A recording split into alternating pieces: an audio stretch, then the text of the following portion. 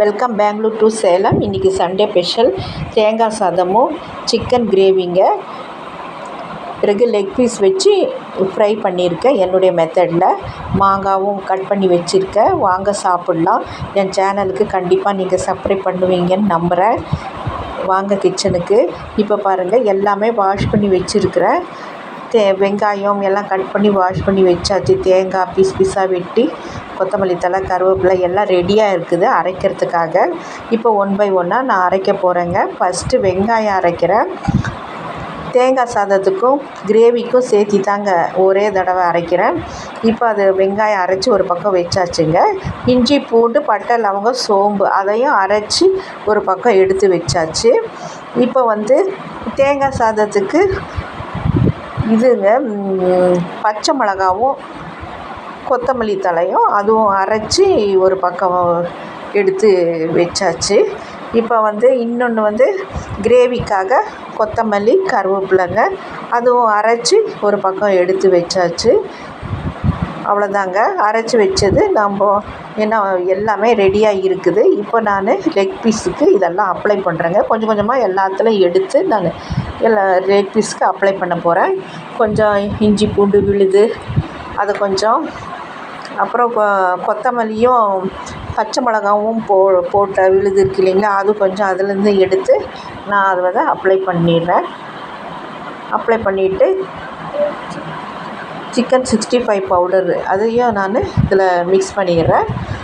கொஞ்சம் மிளகாத்தூளும் சேர்த்துணுங்க காரத்துக்கு. இது மட்டுமே இல்லை, மிளகாத்தூள் சேர்த்துணும். நான் இந்த அளவு இது மட்டும் இருந்தாவே போதுங்க, நல்லா டேஸ்ட் கொடுக்கும். இப்போ உப்பு போட்டிருக்கேங்க. நான் கொஞ்சம் லைட்டாக போட்டேன்.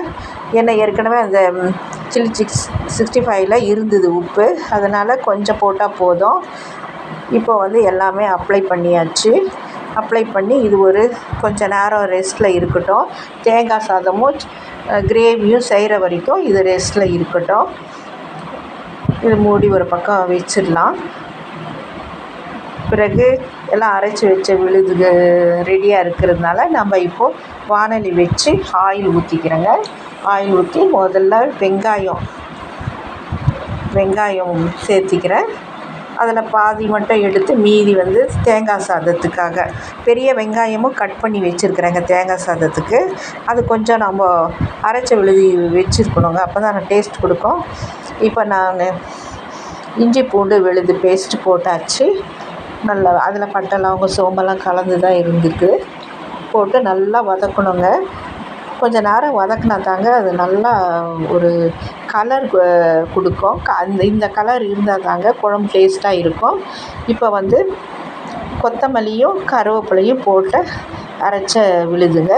இதையும் நான் அதில் போட்டாச்சு. இப்போ தாங்க கறி போட்டு எல்லாத்தையும் ஒன்றா கலக்கணும். இப்போ மஞ்சத்தூள் போட்டு, ஏற்கனவே நான் அடி பிடிக்காமல் இருக்கிறதுக்கு உப்பு போட்டுட்டேங்க. அது ஸ்கிப் ஆகிடுச்சின்னு தான் நினைக்கிறேன்.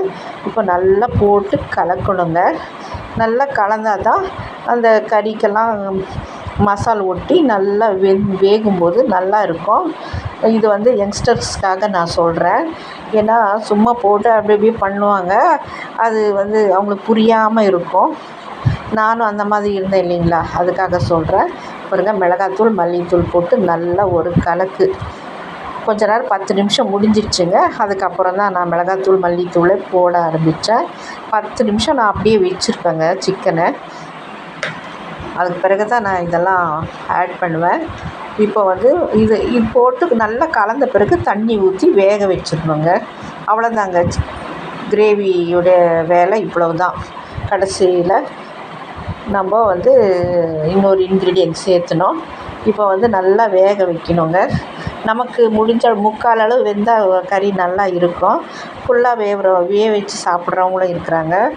நான் ஒரு முக்கால் அளவு வேகும்போது கொஞ்சம் இறக்கிடுவேங்க. அது கரெக்ட் பதத்துக்கு வந்துடும். இப்போ பாருங்கள், வெந்துருச்சு. இப்போ நான் மிளகு சேர்த்திட்டேன். அவ்வளோதாங்க, கிரேவி ரெடி ஆயிடுச்சு. ரொம்ப நல்லா டேஸ்ட்டான கிரேவிங்க. இந்த மாதிரி தாங்க நான் எப்போவுமே செய்வேன். நான் அடிக்கடி இதை காட்டி தான் இருக்கிறேன். இருந்தாலும் நான் இன்றைக்கி இந்த தேங்காய் சாதத்துக்காக இந்த கிரேவி செய்கிறேங்க. இந்த மெத்தடில் செஞ்சு பாருங்கள், ரொம்ப நல்லா தான் இருக்கும். பிறகு நான் ஒரு சின்ன பாத்திரத்தில் ஆயில் கொஞ்சம் ஊற்றி அந்த லெக் பீஸ் எல்லாம் வேகிறதுக்கு வச்சிட்டேங்க. இப்போ பாருங்கள், அது ஒரு பக்கம் வெந்துட்டுருக்கட்டும். இப்போ தேங்காய் பீஸ் கட் பண்ணி தேங்காய் பால் எடுத்துகிட்ருக்கேன். தேங்காயெல்லாம் நல்லா பிழிஞ்சி எடுத்து அது ரெடி பண்ண அதில் தண்ணி மிக்ஸ் பண்ணி ரெடியாக வச்சுக்கணுங்க. 1 கிளாஸ் அரிசிக்கு 2 கிளாஸ் தண்ணி தேங்காய் தண்ணியோடு சேர்த்து நம்ம ஊற்றணும். இப்போ குக்கர் நான் வச்சுருக்கேன். குக்கரில் ஆயில் ஊற்றியாச்சு. பட்டை, லவங்கம், அப்புறங்க கொஞ்சம் சோம்பும் போடணும், ஏலக்காய் போடணும். பிறகு நான் ஒரு சிலர் பிரிஞ்சி இலை போடுவாங்க, நான் போடுறதில்லைங்க. இது அந்த காலத்துலேயே எங்கள் அம்மா அந்த மாதிரி செஞ்சு இருக்காங்க, பிரிஞ்சி இலை போட்டதில்லை. அதனால் அந்த டேஸ்ட் கொண்டு வரதுக்காக நான் இது போட்டிருக்கேன். பிரியாணி டேஸ்ட்டுக்கு இது வரக்கூடாதுன்றதுக்காக. இப்போ வெங்காயம் போட்டாச்சு, பெரிய வெங்காயம். பச்சை மிளகாவும் போட்டுட்டேங்க. ஏற்கனவே பச்சை மிளகாவும் கொத்தமல்லியும் நான் அரைச்சி வச்சுருக்குறேங்க. கொஞ்சம் நல்லா காரமாக இருந்தால் நல்லாயிருக்கும். கருவேப்பிலையும் போட்டாச்சு. சிலர் கருவேப்பிலை போட மாட்டாங்க, நான் போட்டிருக்கேங்க. நல்லா தான் இருக்குது. இப்போ பாருங்கள், இதை அரைச்சி வச்ச வெறும் வெங்காய விழுது அவ்வளோதாங்க. இது கொஞ்சம் எடுத்து வச்சுருந்தேன், அதை இதில் சேர்த்திட்டேங்க. அப்போ தான் நல்ல ஒரு டேஸ்ட் கொடுப்போம் சாதத்துக்கு. எப்பவுமே அரைச்சி விழுது நான் போடுவேங்க. ஒரு சிலர் போட மாட்டாங்க, நான் போட்டு செய்வேன். ரொம்ப நல்லா இருக்கும். நீங்களும் செஞ்சு பாருங்கள். பிறகு நம்ம நல்லா ஒரு கண்ணாடி பதம் அளவுக்கு நமக்கே புரியுங்க. இந்த நல்லா வதக்கி எடுத்துட்டு, இப்போ இதுக்கு இஞ்சி பூண்டு பேஸ்ட்டு கிரேவிக்கு போட்ட மிச்சம் இருந்தது இல்லைங்களா, அதை இதில் போட்டு சேர்த்து நல்லா வதக்கணுங்க. வதக்கிட்டு உப்பு போட்டு அடி பிடிக்காத அளவுக்கு நாம் அதை கொஞ்சம் நேரம் வதக்கணும். ரொம்ப டார்க்கு கலராக வராமல் பார்த்துக்கணுங்க. பார்த்துட்டு இப்போ பால் எடுத்து வச்சுருந்தேன் இல்லைங்களா, நான் 2 கிளாஸு அரிசி போட்டிருந்தேன்னா 4 கிளாஸ் தண்ணி, அதாவது பாலோடு சேர்த்து தேங்காய் பாலோடு சேர்த்து 4 கிளாஸ் தண்ணி ஊற்றணுங்க. இப்போ பாருங்கள், கொத்தமல்லி தலையும் சும்மா கட் பண்ணி வச்சுருந்தேன், அதையும் போட்டுட்டேன். அப்புறம் பச்சை மிளகாவும் கொத்தமல்லியும் கலந்ததையும் சேர்த்து தான் போட்டிருக்கேன்.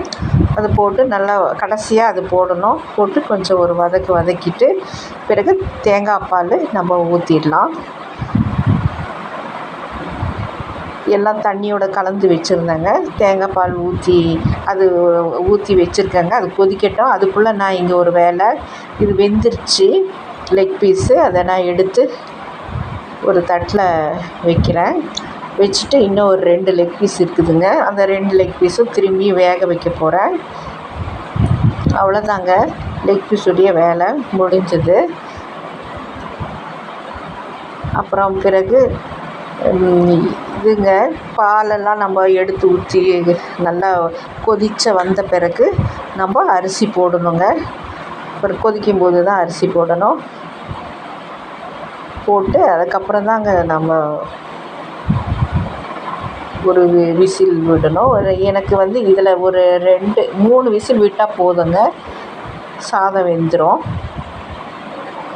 அப்புறம் இதுவும் வெந்துருச்சு.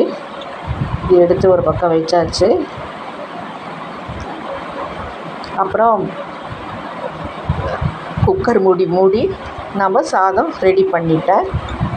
இப்போ பாருங்கள், இந்த லெக் பீஸ் ஒரு பக்கம் இருக்குது. அது அதே பாத்திரத்தில் இருக்கிற எண்ணெயெல்லாம் வடித்து எடுத்துட்டேங்க. லைட்டாக எண்ணெய் இருக்குதுங்க, அவ்வளோதான். நிறையெல்லாம் ஊற்றலை. அதை ஒட்டிகிட்ருக்கிற அளவுக்கு தான் வச்சுருக்கேன். அதில் திரும்பி அந்த லெக் பீஸை வச்சு அதுக்குள்ளே கொஞ்சம் நேரம் ஆறி தாங்க இருந்தது. வச்சு கொஞ்சம் சிக்கன் கிரேவிங்க, அந்த சிக்கன் கிரேவி அது மேலே ஊற்றிட்டேங்க. அவ்வளோதான். கொஞ்சம் நல்லா ஒரு டேஸ்ட் கிடைக்கும். அந்த ரொம்ப நல்லா இருக்குங்க இந்த மாதிரி பண்ணால். நான் வேறு மெத்தட்லலாம் எனக்கு பண்ணலைங்க. இந்த மாதிரி பண்ணி பாருங்கள், நல்லா தான் இருக்கும். அதாவது எத்தனையோ மெத்தடெல்லாம் இருக்குது, அது 1 பை 1 நான் பண்ணுவேன் இனிமேல். இந்த மெத்தடில் இப்போது நீங்கள் பண்ணுங்கள். இப்போ மிளகு எல்லாம் ஸ்ப்ரே பண்ணிக்கலாம். இப்போ சாதம் பாருங்கள் ரெடி ஆகிடுச்சு. சீரக சம்பா அரிசியில் தான் சாதம் பண்ணேன். அருமையாக இருக்குங்க. Gravy, leg piece. இன்றைக்கி லன்ச்சு இது தாங்க. வாங்க சாப்பிட்லாம்.